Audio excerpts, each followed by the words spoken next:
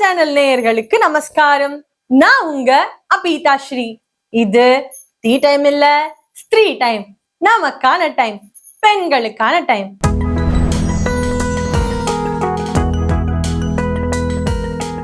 இன்னைக்கு நம்ம என்ன பார்க்க போறோம்னு சொன்னா, பெண்கள் வண்டி ஓட்டலாமா, பெண்கள் வாகனம் ஓட்டலாமா அப்படிங்கறத பத்தி பார்ப்போம்.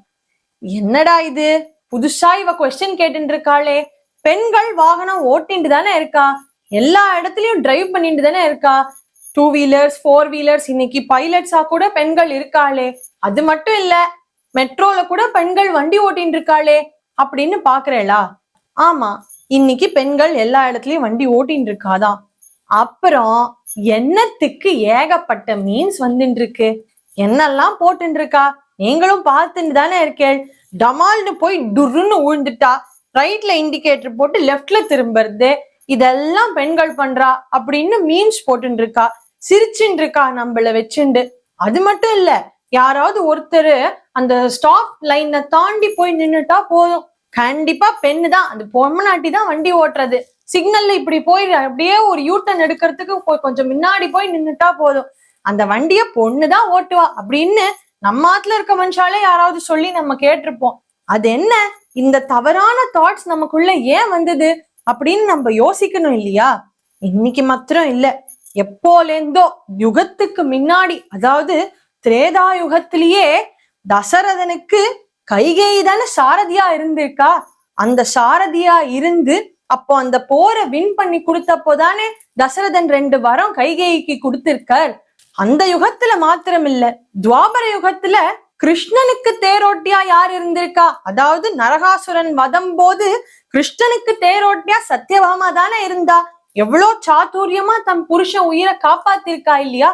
அப்போ டிரைவிங் ஸ்கில்லுங்கிறது பெண்களுக்கு இயற்கையாவே அமைஞ்சிருக்கு அப்படிங்கறத முன்னாடி இருக்கிற யுகத்துல இருந்து, அதாவது திரேதா யுகம், துவாபர யுகம், கலியுகம் வரைக்கும் நம்ம எல்லா பெண்களும் ப்ரூவ் பண்ணின்னு தானே இருக்கா.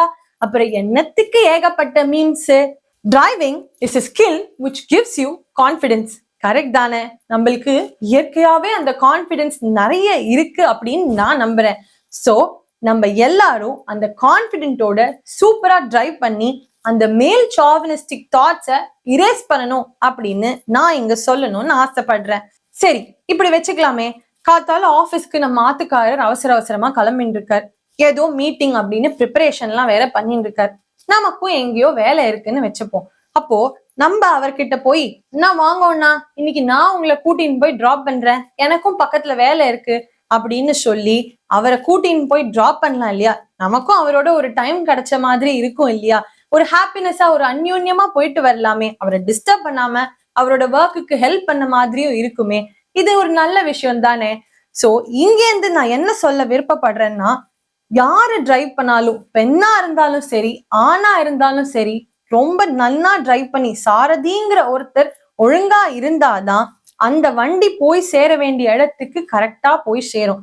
ஆணா இருந்தாலும் சரி பெண்ணா இருந்தாலும் சரி, டிரைவ் பண்ணும்போது ஃபோக்கஸ் அப்படிங்கிற விஷயம் ரோட் மேல மட்டும்தான் இருக்கணும். கான்சென்ட்ரேஷன் ரொம்ப ரொம்ப இம்பார்ட்டன்ட்.